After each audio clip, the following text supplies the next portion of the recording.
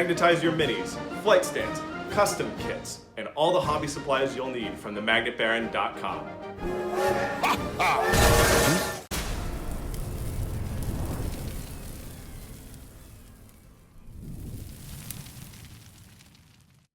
Hello and welcome to the YouTube channel for craftworld.eldar.com. I'm Brent, and in this video I'm going to be talking about why Feugan is actually fantastic in 10th edition Warhammer 40k. And he is suddenly, after riding the bench for the first several months of the edition, a darling of GT winning, or at least GT podiuming competitive lists.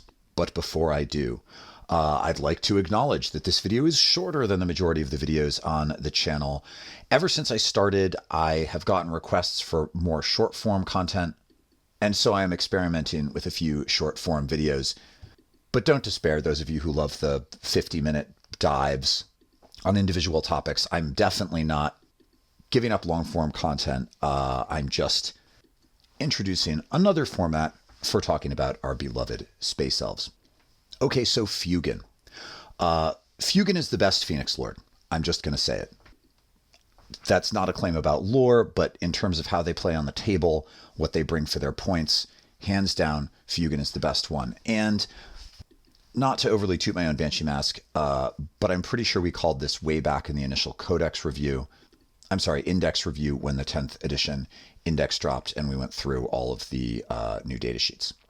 The only reason Feugan wasn't showing up in a whole lot of lists before is that with the way the rules were for mortal wounds on the Wraith cannons, on the Wraith Knight, various other models, most Eldari lists could rely on more or less tabling their opponent by turn 3, and so you didn't need clever ways to score primary or secondary objectives. You didn't need trading units because you could win the game simply by destroying your opponent pretty fast.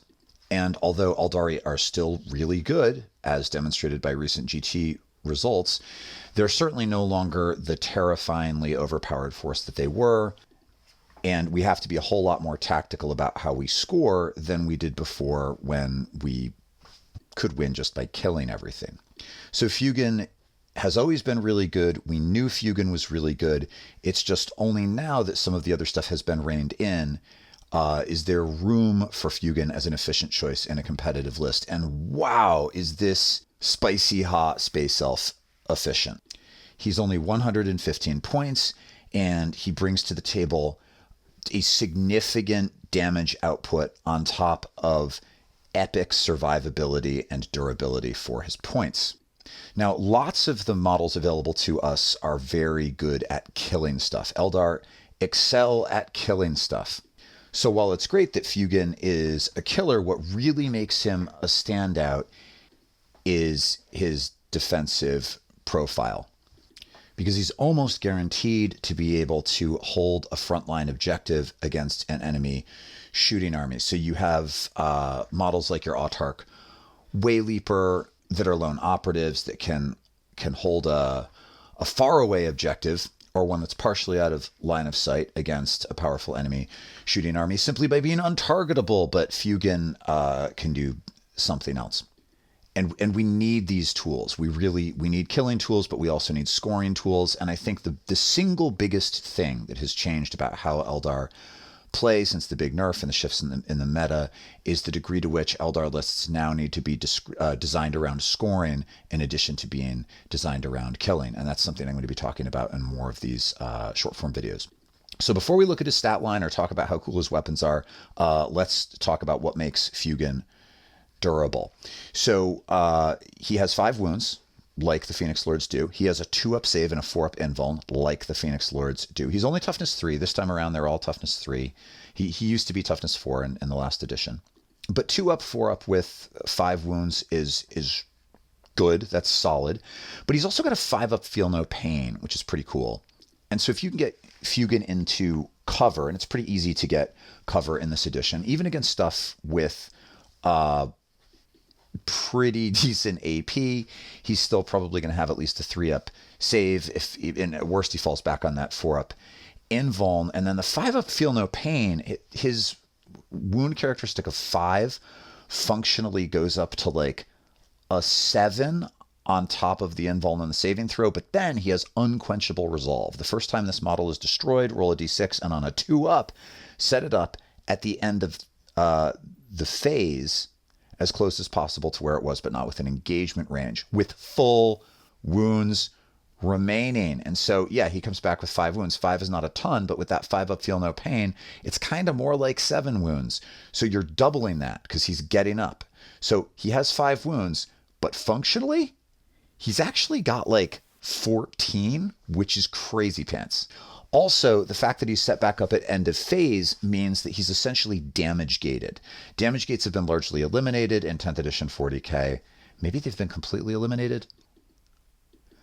But what a damage gate is a limit on how much damage can be done to the model in a single phase. And so this means that even if Fuegan is up against an incredibly potent shooting army, and there are enough models that are definitely going to kill him despite that 2-up, 4-up, 5-up feel no pain, right? Like, you set him back up, but because it's at end of phase, it doesn't matter how much your shooting your opponent has left. He's still going to survive. He can't be killed, at least in the shooting phase.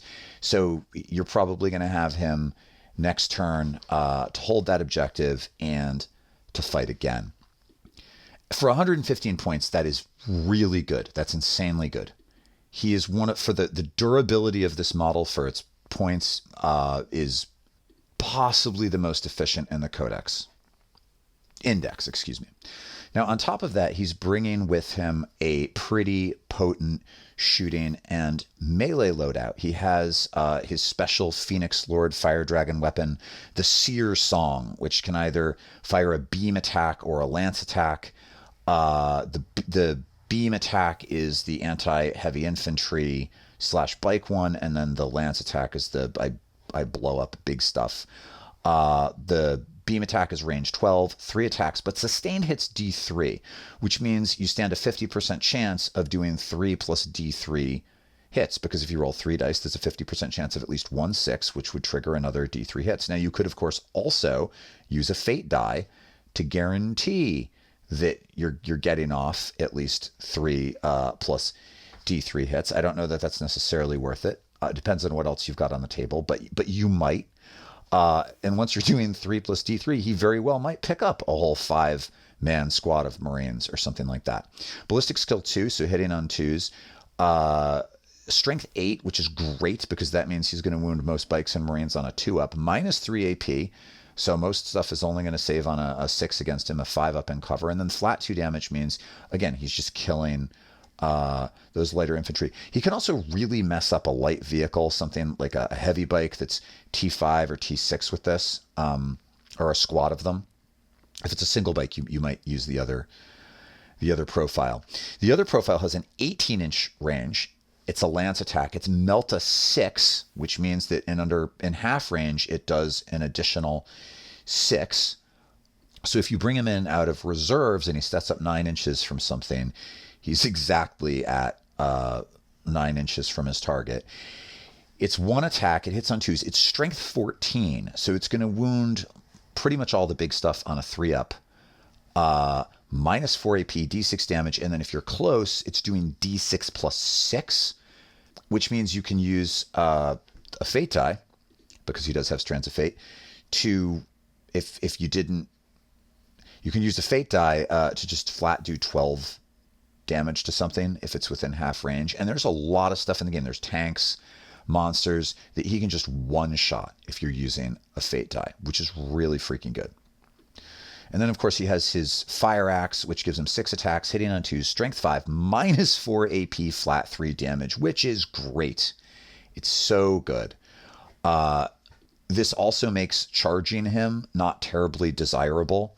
If your opponent charges him with a fairly powerful melee character, given that Fuegan has that 4-up, 5-up, and you could always use a fate die defensively on him, he's very likely to survive melee, even with something pretty nasty, and then hit back with a profile that's dangerous enough to give an opponent pause. He, of course, also, if he's not killed, if he hasn't already been stood back up in the shooting phase, even if you kill him, he stands up, and then he's next to you, and then on your opponent's turn, If he were to be killed in melee by some very powerful monster or something, he would resurrect and he would be close enough to shoot the monster and then charge the monster and really mess it up. If you can both shoot something and charge something with Fuegan, the damage output there is totally insane, right? He can be a one-stop shop for killing all kinds of things. Also, his Overwatch fire is not to be overlooked. Much like, say, an individual Warwalker running around with Bright Lances, if you can Overwatch something and just auto hit it on a 6 at the end of your opponent's movement phase, if they move anything within 9 inches of him, he can use that Lance profile, melt a 6. So you're hitting the thing, you're probably wounding it. You won't, if you've used the 6 to auto hit, you obviously don't have the 6 to automatically set the damage to 12, but D6 plus 6 is no joke. Alternatively, if you Overwatch, say, a unit of Space Marines or something with the Searsong beam attack, because it has sustained hits D3, you can, if you're setting one of those dice automatically to a 6, you're guaranteeing that you're hitting D3 plus 1 times on Overwatch, and that is also really freaking good. So it's hard to get close to him. It's costly to get close to him. It's costly to try to fight him in melee. He's sticky and difficult to pick up. Yes, 1 in 6 games, someone's going to kill him and he's not going to get back up. But do you know what? For 115 points, I'm not weeping any salty, salty tears for my dead Fire Elf. He's just super efficiently pointed. Perhaps the only difficulty in using Fuegan effectively is that he has relatively limited range, and he's got the 7-inch move, and his weapon is not assault.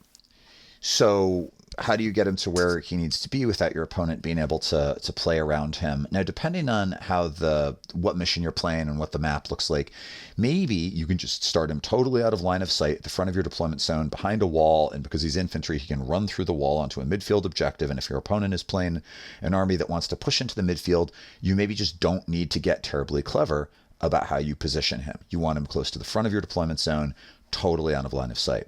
If, however, the battlefield or the deployment zones don't accommodate that, you can just start him in reserve for free, because everything can be started in reserve for free now. You're more limited than you would be if you were a straight up deep striker, or we still had the stratagem that we've had in earlier editions where you can deep strike something in. But nevertheless, because he's good against a wide variety of targets, bringing him in out of reserve on the edge of the board is not bad. There are always going to be options. You're going to be able to use him.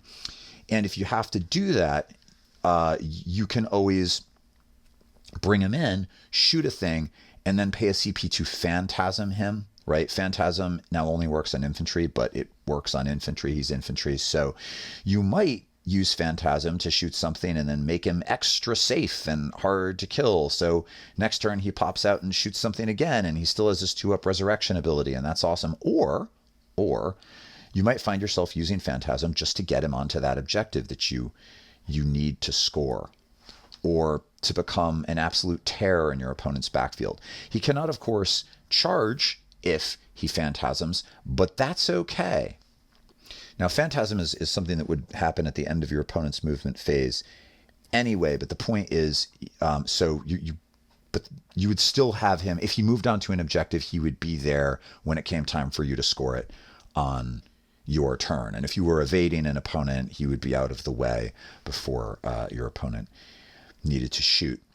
Also, having a frontline character that can heroically intervene if you need to gives you all sorts of options. He's just an incredibly good tactical piece that gives you a lot of scoring options, gives you a lot of killing options. And again, at 115 points, Autarchs, he's cheap enough to trade. Like, you can treat him as a trading piece, which is crazy. There's all sorts of stuff in the game that you could potentially trade Fuegan for that's twice as expensive as he is, or at least even just trade to do a bunch of damage to it and slow it down, and something gets caught up in melee with him and gets stalled out there because he gets up and can charge it again on your turn. Like, he's so good. He's so good.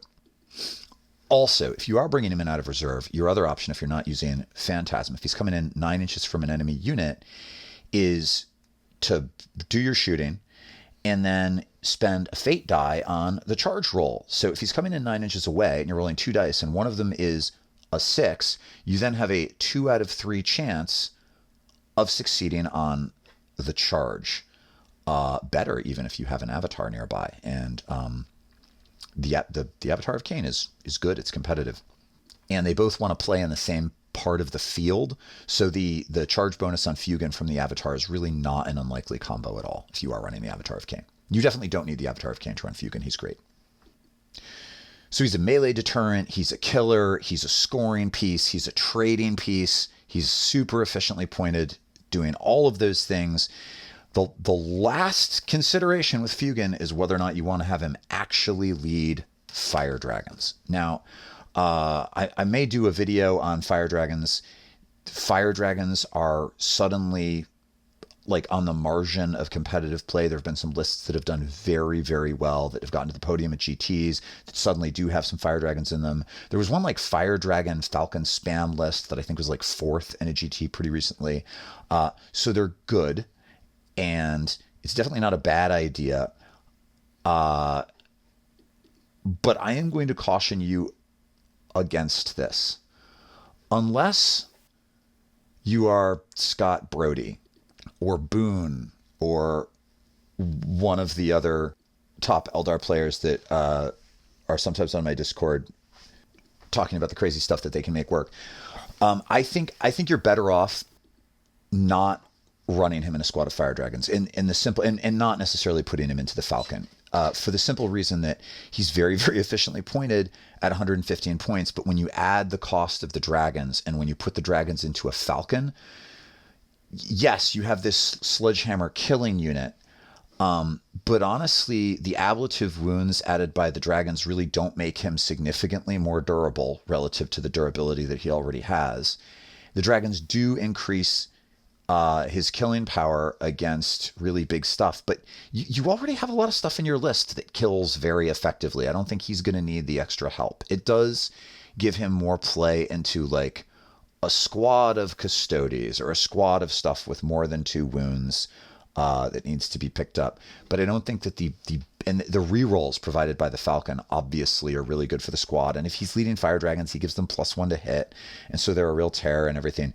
I just think that he goes from being pretty cheap to suddenly that big block of stuff is a significant percentage of your army. And I think for most players, that's going to be a net loss.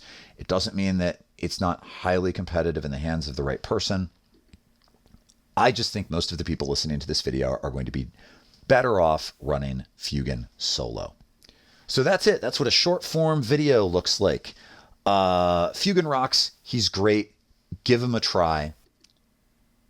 And frankly, there's also just something kind of, I don't know, I take this weird pride in the model being like not only old enough to drink, even I think in Utah, but maybe like old enough to be a member of Congress. Like this has got to be one of the oldest models in the game. And there was a time when that was sort of embarrassing and tragic. And at this point, I just find it kind of awesome.